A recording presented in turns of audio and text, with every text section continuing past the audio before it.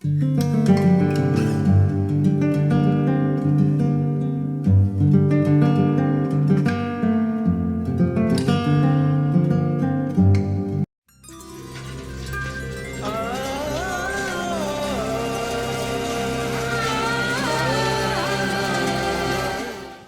third chapter, called The Burning of the God of Love, will describe the mission of Kama, the God of Love, given to him by Indra, the king of the gods. Kalidasa delves now into the power contained in presence.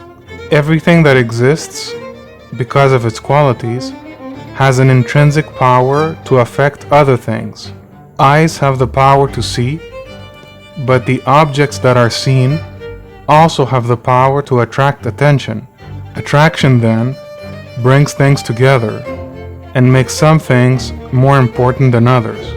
The value of one thing comes from its usefulness. We can ask what does one thing do to other things and see if this is useful to us or not. Turning away from the 33 gods, Indra let his 1,000 eyes settle on him at once. The respect a master gives will generally vary with the use he has in mind for his servants. What is present, because of its qualities, exists separately, but also as part of something else. Individual things, when joined together, form a new existence, a new presence brought about by combination. A flower has a presence, but when joined with other flowers, we now have a garden. The joining of individual parts enhances the new presence of the whole, which is different from the individual part. Its power as a whole is now enhanced, and yet the existence of the whole does not diminish the importance of its numerous parts. Kalidasa describes with devotion to detail Indra summoning Kama to hear his mission. The bringing together of individual parts to form a bigger whole applies to physical things and also intellectual and emotional things. Authority, for example, is made from power and will. Honor is made from respect and love. Gratitude is from love and focus. Sentences are made with words and expressions. A conversation is made with sentences and at least two people. The qualities of things can be transferred from the individual parts to the whole. Honor, for example, can be shared from one being to another. Privacy, made of two separate beings, joins them so as to exclude the two from the rest. "Sit here," Indra said, granting him a place next to his own throne, an honor for which Kama gratefully wished his master well, with a bow of the head, then began their private conversation. Since things have the power to influence other things, and things become more powerful when joined together, the conscious being will value the power that emerges from the joining of separate things. In the same way, the conscious being will allow himself to be useful to others by joining his skills with those of others. This perspective of usefulness and joined power will become dear to his way of life and will gladly share his skill and power to achieve a greater goal. The soldier will obey his commander because survival in difficult situations depends on being useful to the group at the appropriate time and place. From Indra's perspective, it is through the force of attraction that all order is achieved in the world. So Indra calls Kama to join him. Kama acknowledges that Indra has the quality of leadership, and Kama wants to participate in the greatness that is beyond his individual self. "You who know men nature by nature, order whatever has to be done for you in the worlds. I want a favor you have shown by thinking of me, magnified by your giving me a command." In the world of conscious beings who can see the power of joining things together and decide to use this power for their own, there is the danger of destruction.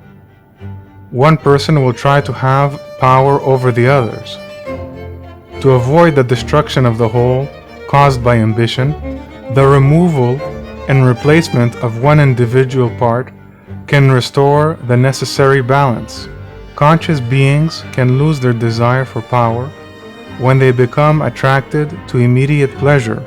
Kama suspects this is his mission, to be used as a weapon against those who don't honor Indra as commander of all beings. Has someone in fear of the pain of rebirth entered on the path of deliverance against your wishes?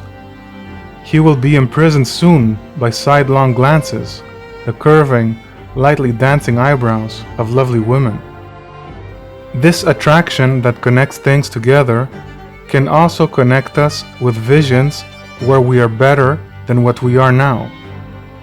This attraction to perfection can force us to become better than we are.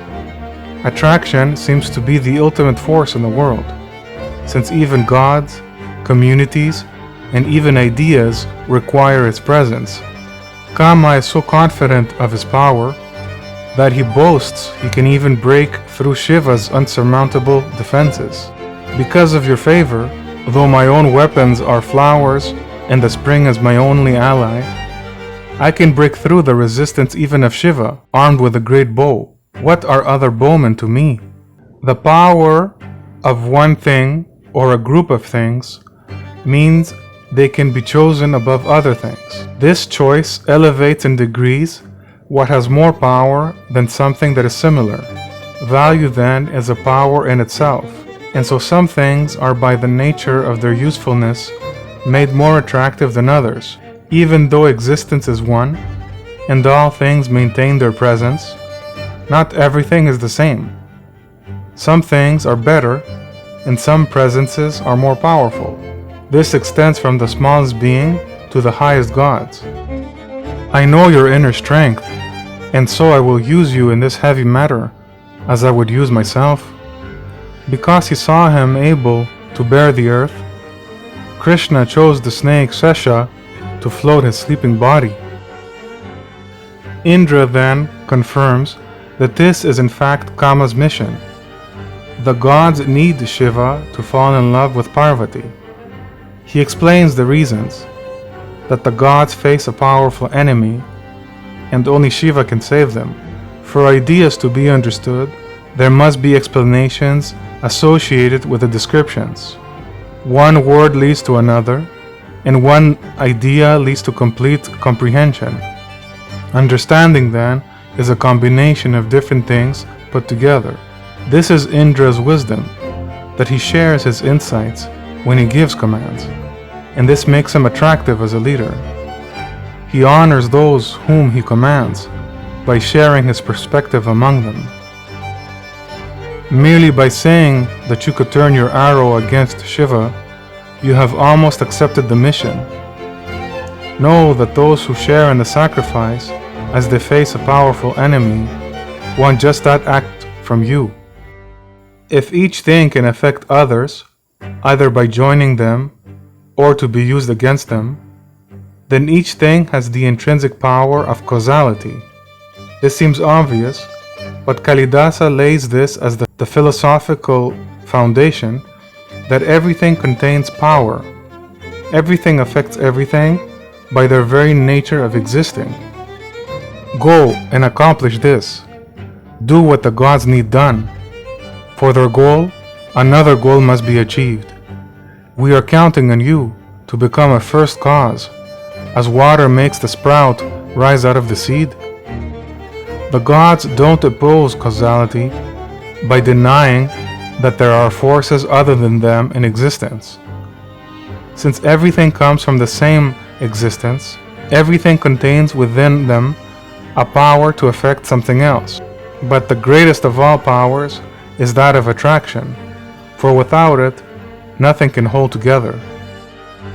The gods are those who request this of you, and the work concerns the 3 inhabited worlds. The job for your bow is not a very cruel one. How wonderful, how right to envy your powers. Some things are naturally reacting well with others because their qualities complement each other in the best way. This is why some colors, flavors, and smells go well together. This is why spring makes everything attractive. And, Kama, the spring accompanies you without your even asking, because he is always your friend. Who would have to say to the wind, "You, go now, and be a fan for the fire"? When the spring follows Kama and his wife, Rati, meaning passion, the effect is universal. Everything has to change because of love. Such is the power of attraction, that everything becomes beautiful, and life is filled with passion. Life and its pleasures increase their own power, becoming more valuable than before. When the hot rays of the sun began advancing north, leaping out of the fixed order of seasons, the south sent a sweet-smelling wind out of its mouth, like a lover's sigh of pain. Shiva acknowledges the power and influence of some things over others, but remains unaffected by them. His is the mystery that allows some things to change their qualities, and thus transform themselves into something else. His followers have also mastered his techniques, and so they have transformed themselves also into beings like Shiva. Shiva, though in that moment he heard the music of the Apsaras, continued his deep meditation. For those who have become masters of themselves, no obstacles are strong enough to break concentration. Each presence can transform into something greater, because that greatness was hidden inside each thing from the beginning. Kalidasa links this potential for transformation to Parvati, who is the source of power and potential, of essence and of transformation. Seeming by the beauty of her form to bring his courage, almost dead, back to life again, the daughter of the Raja of Mountains appeared, followed by her two friends, goddesses of the forest.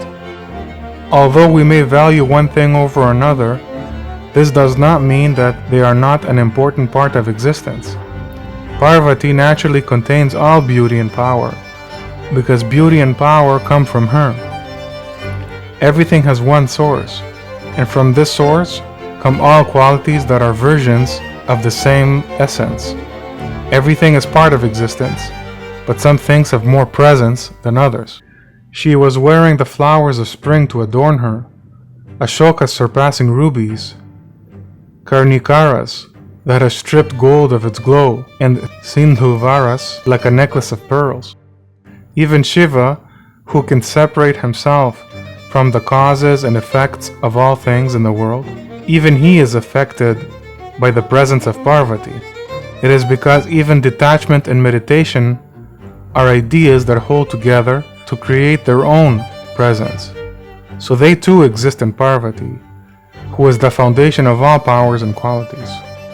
And Uma approached the entrance of the grove of Shiva, who would be her husband, just as he who had seen within himself the highest light in the trance called the highest self, broke off his meditation. A task or a mission has a goal, and that goal will become obvious the closer one gets to completing it.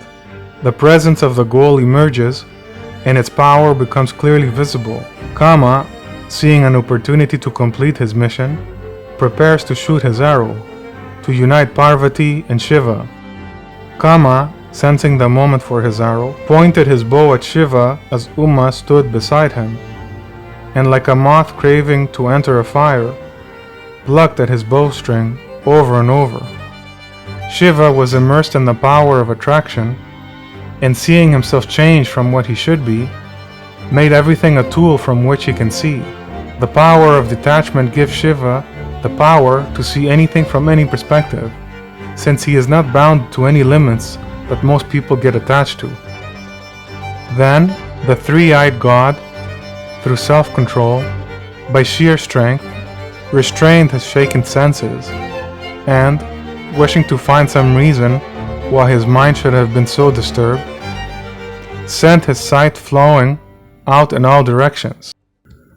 By seeking to capture Shiva, in the power of attraction, Kama unknowingly tried to limit Shiva. His power cannot be contained like other powers. Whoever attempts to control the power of Shiva will end up destroying himself, with the same intensity, but with the opposite force. His anger swelling up at the assault on his meditation, and his face with knitted brows, unbearable to look at. Suddenly, fire flew out of his third eye in a flash of rising flames. When Parvati saw Shiva disappear from her presence, as she was hoping to be seen by him, she felt devastated and lost. The destruction of a union of things leaves the world in a state of imbalance. It took time for individual things to come together and form a presence and a new power. Now there is absence, loss, and misery.